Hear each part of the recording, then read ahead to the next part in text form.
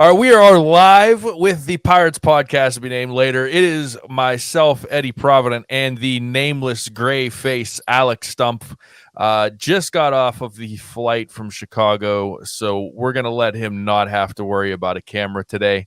But Alex, I'm just going to jump right into it. I'm not going to waste everyone's time. They don't like to hear me talk anyways. You've got some breaking news concerning Roansy Contreras. What's going on, man? I wouldn't say breaking it. I'm Okay, calling it breaking news. Yeah, well, I would call it reporting. So one of the I don't want to say projects, but one of the things I really wanted to dive into on this road trip that I was on was try to get like a sense of what's going on with Roansy Contreras, because he has not been right pretty much this entire year, at least since the start of May. Things have been bad. He's in the bullpen again.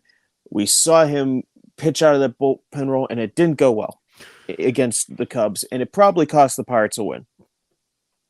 And reflecting on it, Derek Shelton said, no, that was the type of situation that we wanted to put him in. That was the type of runway where we're going to support the guy.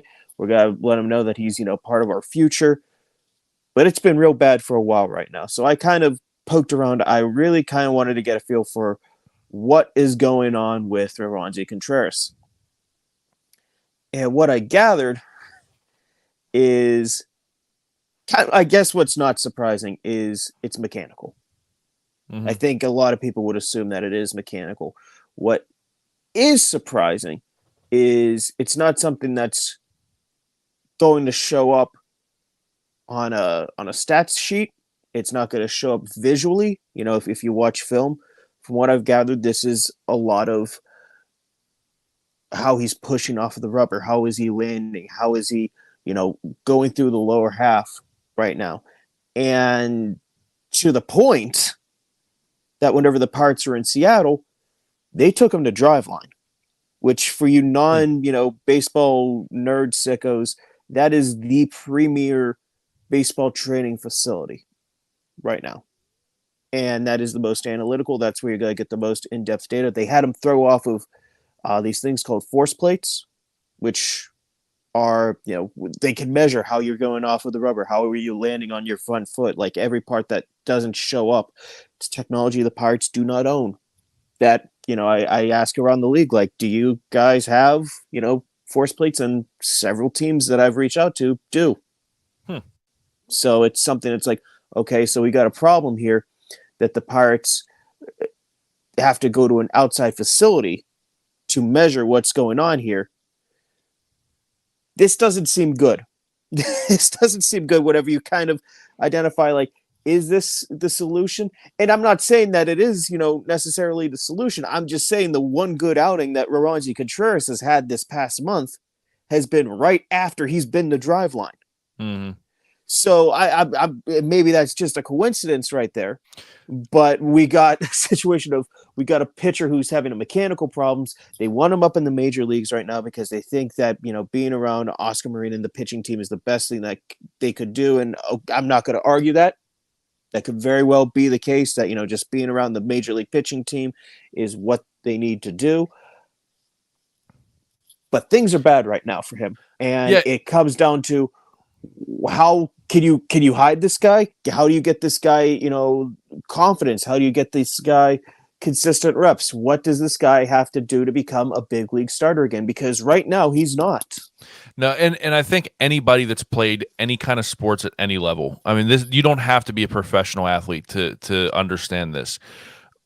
The physical, mechanical side of things, it's almost the what came first, the chicken or the egg for me, because as soon as the mechanics start going funky, as soon as the physical side of the game or a sport starts going sideways, now it brings up all of the mental questions. And Roansy's young, and so you have to think that mechanical issues spiral into, questioning yourself and lacking confidence, which spirals into more mechanical issues because you're constantly, micro-analyzing every little thing that you do. And it's a hard place to be for somebody who is supposed to be, especially at the beginning of the season, was supposed to be one of the guys to really bolster this MLB rotation, the major league rotation. And like you said, man, he's not a major league starter right now. And that's no knock on Renzi. He's just going through a hard time, a rough patch right now. Um, uh, but it's something like you said that someone's got to find a fix. And I would tend to agree with the organization here, which is rare for me, that I do think him being with the major league team is probably the best bet for him, just because it's the best coaches. And I think sending him down as young as he is might actually do more mental damage than what's going on right now if he stays up. Does that make sense to you? Or do you agree? I get I get that. I hear that, and I can't imagine it's good for the mental state that every time you touch the ball, the team loses. No, I don't think that that's good either. I think But I think it's a lot. either because you couldn't hold a lead, or because you're just pitching garbage time because you got to get some innings right there. I don't think this is a good situation for him. And look, there is no win-win here. My main takeaway from what I've gathered is the Pirates are already looking outside, for solutions. And that's not a bad thing. I don't mean that as a derogatory thing. I think get as much information as you can get. That's a good thing in this situation. But I've seen on Twitter, a couple times, like they need to send him to Tread where, Mitch Keller went, Tread Athletics, fix him there. They need to send him to Driveline. They need to send him to a facility. It's like, well, they've done that. Right. We're kind of past that point in the what's up with Rowanzi equation.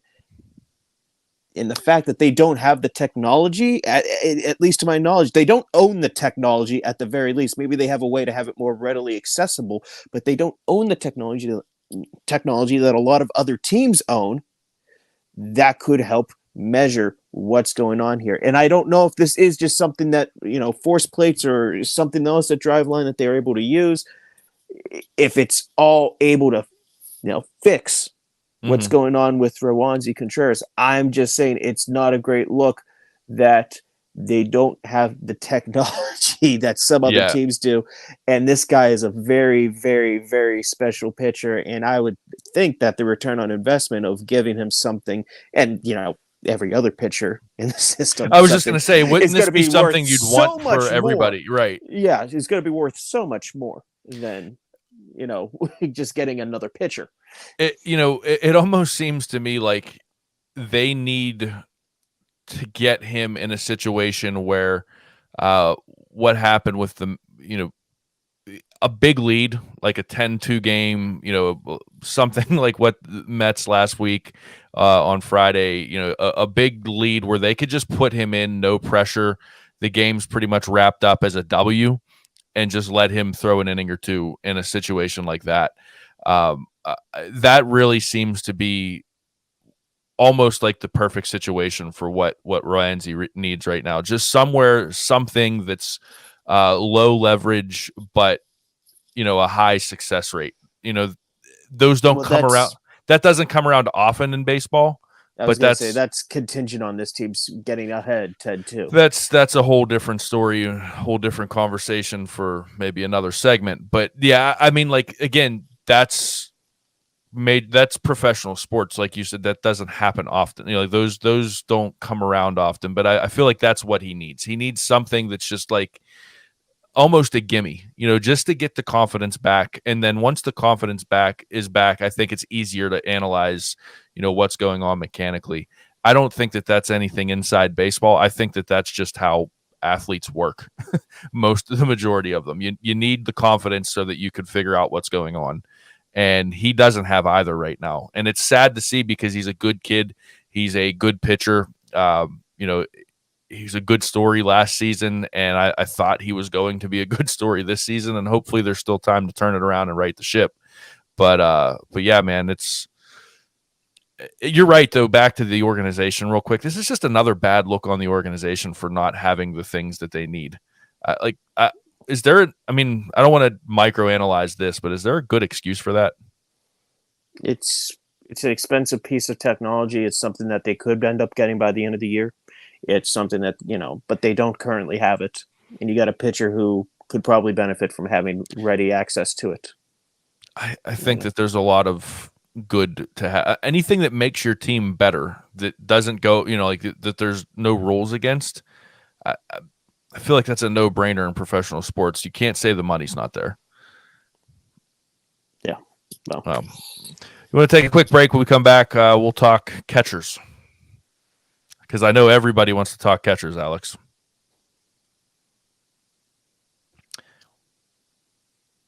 All right, welcome back to the Pirates Podcast, be named later on the DK Pittsburgh Sports Podcast Network. I'm Eddie Provident. With me is the disembodied voice of Alex Stumpf. Alex, there are two catchers in this organization that seem to be playing really good baseball. And then there's two catchers in the organization that I wouldn't say they're terrible, but they're not, maybe they're not what fans want to see. And the two that the fans don't want to see are in the major leagues, and the other two are not. They're down in AAA right now. What is the story with Endy Rodriguez and Henry Davis? Are we going to see either of the two of them? Or are we going to see both of them? And if so, when are we going to see them? Because I know that's what everybody wants to know. Yeah, I mean, we're going to see him eventually. We're going to see him in 2023. It's the question of when do we see them? Because just to say Super 2, that's kind of out of the window now. Mm-hmm. That's behind everyone. You never know exactly when the Super 2 window is or date will be, but that's almost certainly behind us at this point. So it comes down to, when do you call up Endy Rodriguez? When do you call up Henry Davis? And Ben Cherington has said in the past, he said it recently, that once you are in AAA, you're not so much a prospect as much as you are someone who could potentially help a major league team. They wanted Henry Davis to get AAA at bats before he comes up to the majors. Well, he's crushed the ball down there. Mm-hmm. Endy Rodriguez, he's starting to hit the ball harder. Like, he's not up to what he was doing in 2022, but this guy, he's still the number one prospect on the team after the Baseball America update. So it's not like they're down on him or anything. They still think this guy is the best prospect in this system. Henry Davis is number 2. And in Pittsburgh, or more specifically Milwaukee, we're seeing Jason DeLay strike out to end ball games with the bases loaded and the go ahead run on base. Like, it's not ideal. There's some definite, frustration if you are a Pirates fan right there. And look, that I'm not going to bury Jason DeLay or Austin Hedges, because they've brought a lot defensively to this team. They have brought a lot in game planning, in pitching management. They have done a lot of things right, but it can't be ignored that the biggest hole in this lineup this entire year has been the catcher position. And you have got two really good catchers here. Can I push back? Austin Hedges isn't the future of this team. Can I push back on that one thing that you said about their defense and the way that, like, I get it. They're good. They're good there. But at what point in time? There is a point where you can't be so good defensively that the offense can just be a black hole. We had a lesser version of this conversation about Brian Hayes at the beginning of the season. What makes him an elite third baseman? It's his glove, obviously. Where does his offense need to be for him to be a top 5 third baseman in baseball, top 3 third baseman in baseball? We've seen offense out of him. I think it's the same question here on on a lower level. What makes, where does the offense for the catcher position have to be for it to be passable? I think it is so below that point right now that I don't want to say that I don't care about the defense that they bring, but I don't care about the defense they bring. Alex, I'm tired of hearing it. I see it on Twitter. I see people defending Austin Hedges, and I see people defend. I don't care. This team needs offense, and there are two guys that can hit the baseball and do it well down in AAA. They need to be here. They need to be in Pittsburgh. They need to be with the big league club. And I'm so tired of seeing other teams bring up their young guys, and we're just sitting here waiting. And it's just like, all right, well, maybe at some point in time they'll come up. Maybe in some point in time they'll come up. We're going to see them. We're going to see them. And meanwhile, teams are passing the Pirates up when there are viable options that could be helping this ball club.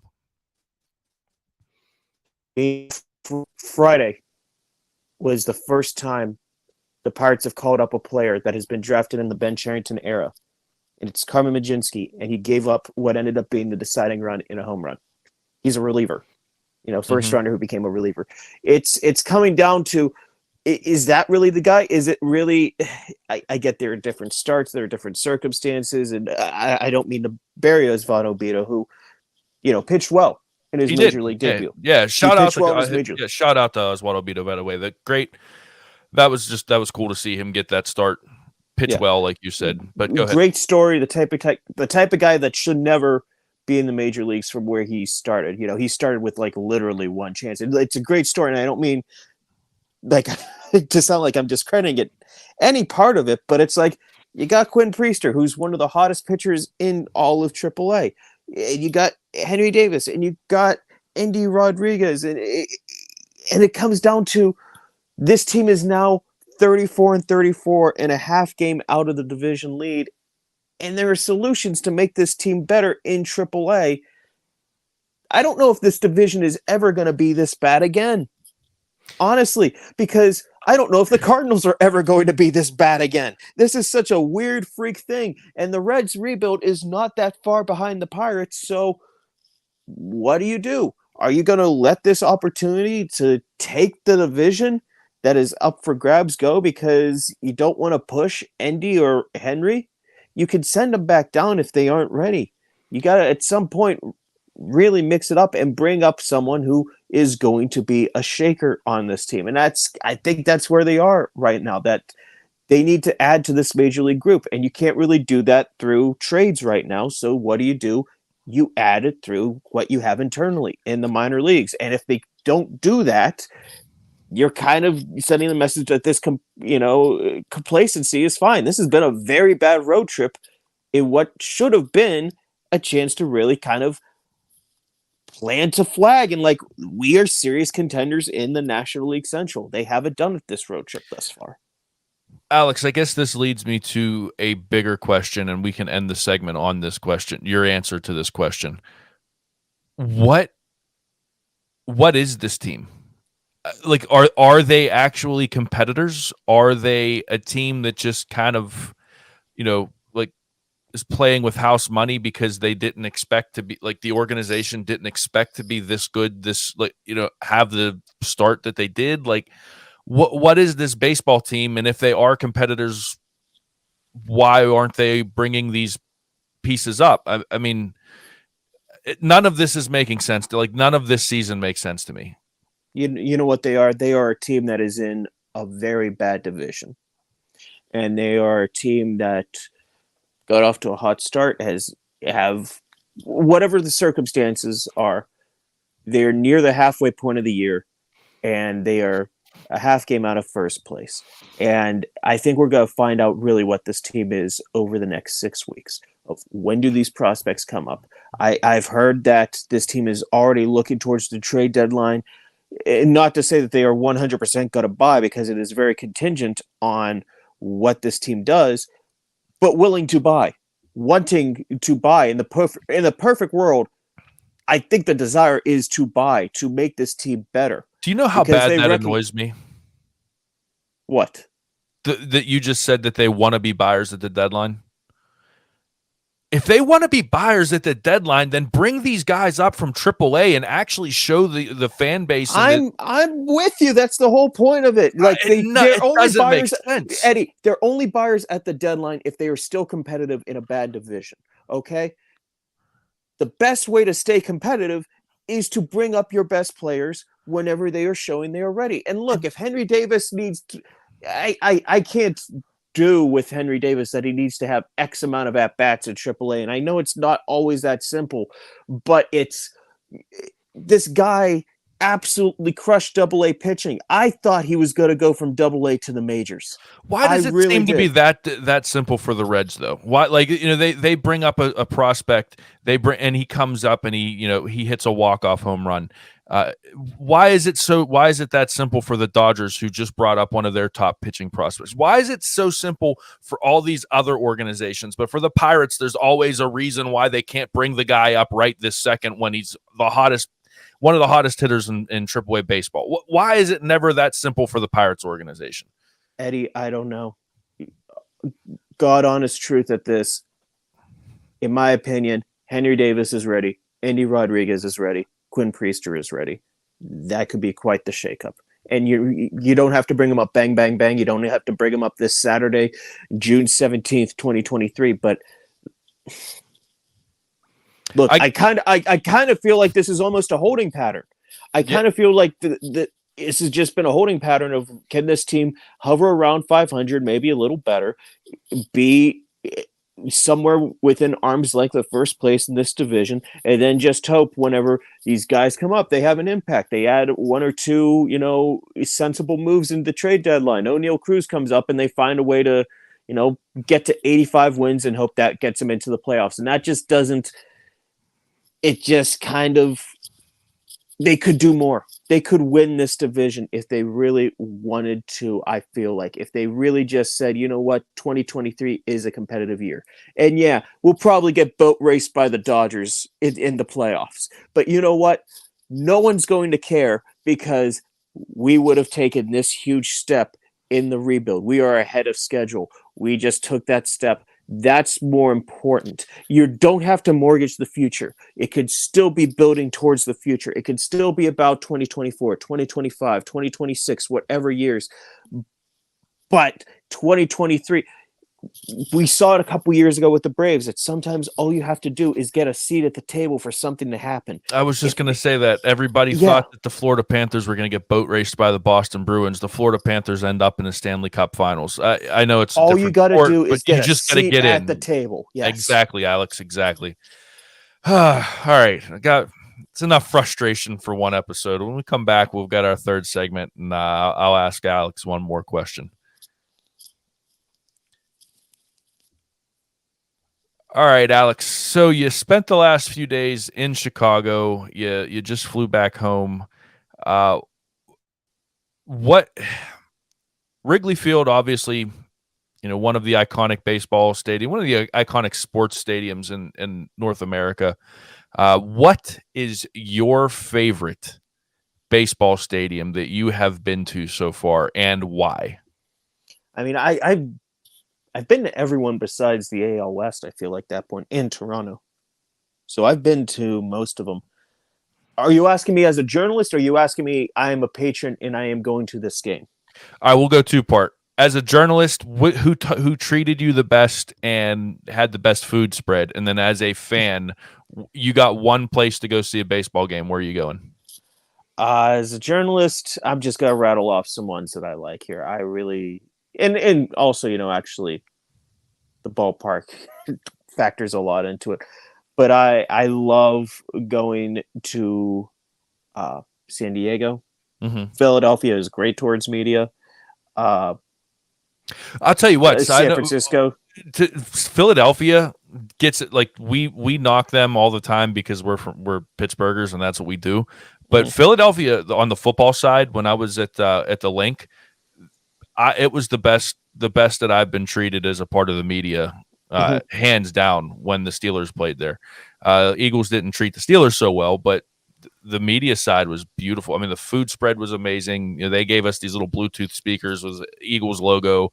It really just did a great job with the media. So yeah, I guess that's just a Philly thing. Yeah. Also, you wouldn't expect it would be like a Citi Field for the Mets. And my theory is always the Mets realize they're competing against the Yankees for media attention. So what do? You just make it the most accommodating thing ever for the media. Makes sense. Yeah, come here. Screw the Bronx. Come here. So I feel like that's part of it too. Yeah. So that'd be on the professional side. Going to games, I mean, Wrigley as a fan is incredible. I'm obviously omitting PNC Park from both of these because I just go there too often, and that's just we're spoiled with having PNC Park. PNC Park, I know everyone hears it, and maybe just doesn't register at all. Like Pittsburgh is spoiled. It's got truly one of the greatest ballparks that's ever been built. Yeah. Great American, I don't know, maybe because it's a division rival and maybe you just go there a lot and kind of. But as a fan, I really did like Great American Ballpark. Great American might be the bottom of my list. Really? Cincinnati, just in general. Sorry to anyone in Cincinnati listening. I don't like going to the ballpark. I don't like going to the city. I don't. Kings Island's dope. Kings Island is dope, but that's Mason, Ohio, so you don't even get to claim that. So it's bad. On that note, with Alex Stumpf trashing an entire city, I'm gonna don't get me started on Ohio. I'm gonna, before you do anything to ruin any relationships, I'm gonna go ahead and end this episode. Let you get some sleep now that you are back home from Chicago. Get some rest, Alex. You got anything that you want to end things on for the listeners and the watchers? I'm going to go off on Ohio one of these days in one of these episodes. The entire state. They've had it too good for too long. And I will put my stamp of approval on everything you say. It's been fun, man. Get some rest. Hopefully this week we'll have some better baseball to talk about and maybe a prospect or two up in the majors. But I'm not holding my breath on that second part. We'll see. I mean, Carmen Mlodzinski. Yeah. I don't mean... I guess I should also add, that's the last thing I'm saying. I'm not burying Carmen Mlodzinski. I think he could be a good major league pitcher. There's stuff there. It's just 4 years in and it's a reliever up first. That says something. Baby steps are still steps, I guess. So, all right, everyone. We'll catch you next week. Take care. Have fun. Go Bucks.